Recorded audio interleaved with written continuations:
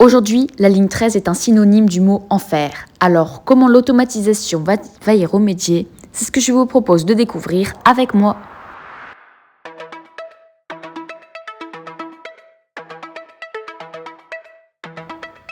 Partie 1, son histoire. L'histoire de cette ligne remonte au 26 février 1911, lorsque la ligne 13, anciennement appelée ligne B, est inaugurée. Pourquoi ligne B, me diriez-vous? À l'époque, la RATP n'existait pas, et sur le métro parisien, il existait deux compagnies concurrentes. La compagnie du chemin de fer du métropolitain parisien, CMP, et la compagnie Nord-Sud. La Nord-Sud, qui exploitait les lignes 12 et 13, cherchait à se distinguer par des stations plus élégantes, avec des faïences colorées, des décorations raffinées, des voûtes plus larges. Beaucoup de stations de la ligne 13 et 12 conservent encore aujourd'hui ce style caractéristique. Mais la construction de ces lignes coûte très cher. En difficulté financière, la Nord-Sud est finalement rachetée par la CMP en 1931. L'ancienne ligne A devient alors la ligne 12 et la ligne B, la ligne 13. C'est donc la compagnie Nord-Sud qui prolongera la ligne 13 en 1912 et en lui créant une branche. En 1952, la ligne 13 est à nouveau prolongée jusqu'à Carrefour-Pleyel. C'est dans les années 70 que l'histoire de cette ligne s'accélère, avec un premier prolongement jusqu'à Miroménil en 1973, puis un second jusqu'à la basilique Saint-Denis. La même année, l'ancien tronçon de la ligne 13 Sud est raccordé à la ligne 13 Nord pour former qu'une seule ligne. La ligne est ensuite prolongée jusqu'à Châtillon-Montrouge et s'ensuit plusieurs prolongements jusqu'en 2008. Aujourd'hui, la ligne 13 comporte 32 stations. Elle est longue de 24,3 km, soit la deuxième ligne la plus longue du réseau après la ligne 14. Il faut environ 37 minutes pour la parcourir de bout en bout. Son interstation moyenne est de 800 mètres. Partie 2, une ligne bondée. La ligne 13 n'a pas toujours été surchargée. Lors de son ouverture, en 1911, elle était peu fréquentée, car elle desservait principalement des zones encore peu urbanisées. C'est à partir des années 1970, avec les plusieurs grands prolongements vers la banlieue nord, que sa fréquentation a fortement augmenté. La ligne dessert en effet des secteurs très denses, notamment autour de Saint-Denis, où la population et les emplois se sont développés. De plus, son exploitation en deux branches limite la fréquence des trains, ce qui favorise rapidement la surcharge. En 2003, la ligne 14 est prolongée de Madeleine à Saint-Lazare, ce qui a alors pour cause de créer une correspondance très efficace avec la ligne 13, et ce qui a attiré encore davantage de voyageurs. La situation s'est encore aggravée avec un prolongement de la ligne 13 en 2008, jusqu'à atteindre un pic de fréquentation en 2018, avec un peu plus de 375 000 voyageurs par jour. La crise du Covid-19 en 2020 a entraîné une baisse du nombre de voyageurs. Puis, le prolongement de la ligne 14 vers la mairie de Saint-Ouen en 2020 et jusqu'à Saint-Denis-Pleyel en 2024 a permis de soulager une partie du trafic de la ligne 13. Malgré quelques améliorations, elle reste aujourd'hui les lignes les plus chargées du réseau parisien et conserve sa réputation de ligne de l'enfer. Cette ligne comporte 62 rames MF77 qui demandent qu'une chose, être remplacées.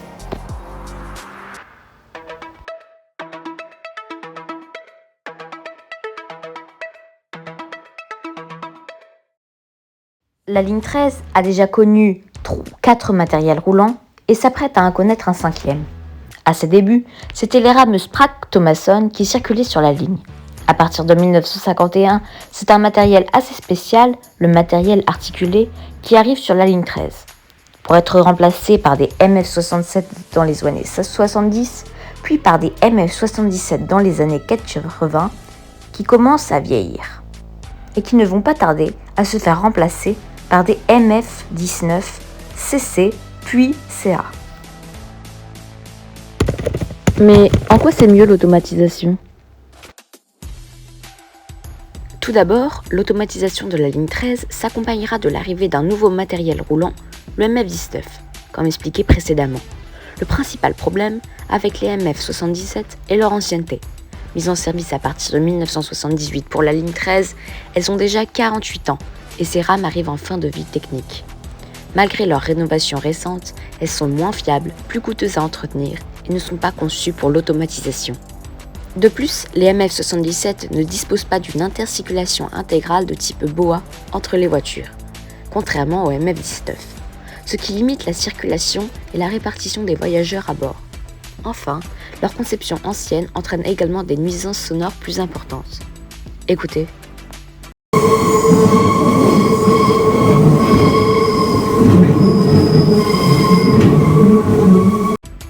De plus, l'automatisation présente plusieurs avantages, comme l'intervalle entre deux trains qui sera considérablement réduit et qui passera de 95 secondes à 85 en heure de pointe, ce qui permettra de transporter environ jusqu'à 11% de passagers supplémentaires. L'exploitation automatique réduit également les retards ainsi que certains accidents qui peuvent perturber le trafic. L'exploitation automatique consomme également environ 20% d'énergie en moins. L'automatisation de la ligne 13 s'accompagnera de porte-palières nouvelle génération qui sont très utiles.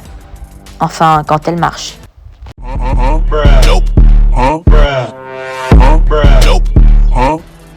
Quand elles fonctionnent, elles sont très efficaces contre les bousculades, surtout aux heures de pointe, ou pour éviter que des mecs turbex se pointent sur les rails et multiplient ton temps de trajet par deux.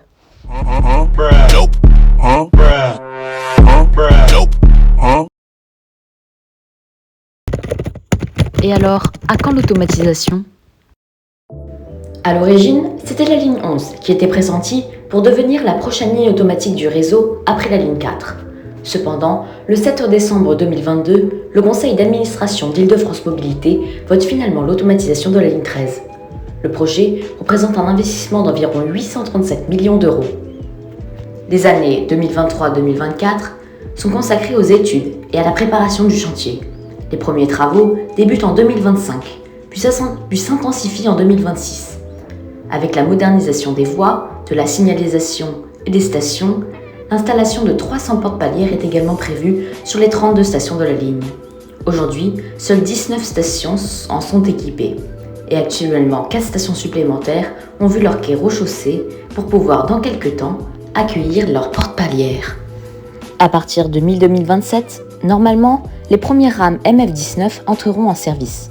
Elles circuleront d'abord avec un conducteur, avant d'être progressivement converties à la conduite automatique. Entre 2027 et 2033, les derniers MF-77 seront remplacés, tandis que les essais du système automatique se poursuivront. La mise en service de l'exploitation automatique est prévue en 2032 minimum, pour une automatisation complète de la ligne à l'horizon 2035. Et oui, il ne faut pas être bien pressé.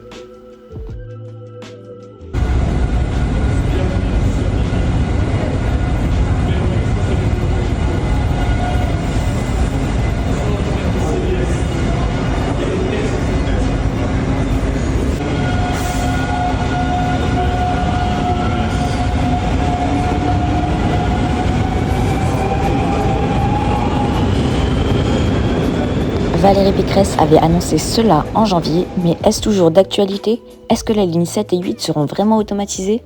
Écoutez.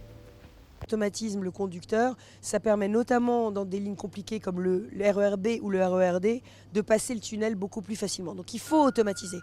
Mais c'est très complexe, c'est beaucoup plus complexe presque que de construire une nouvelle ligne. Parce que en fait, enfin j'exagère, mais c'est très complexe. C'est des systèmes très sophistiqués et donc ça prend 10 ans parce qu'il faut aller station par station, mettre les porte-palières et mettre les automatismes. Donc la ligne 13, la prochaine, ensuite la ligne 7 et la ligne 8 de métro, et puis le RER-B et le RER-D qui seront automatisés sur le tronçon central pour pouvoir passer le tunnel Châtelet-Léal et gagner beaucoup de ponctualité. J'espère que vous en savez désormais un peu plus sur l'histoire de la ligne 13 et sur son programme d'automatisation. N'hésitez pas à me faire des retours dans les commentaires, à liker et à vous abonner. C'était Sox Transport. Salut!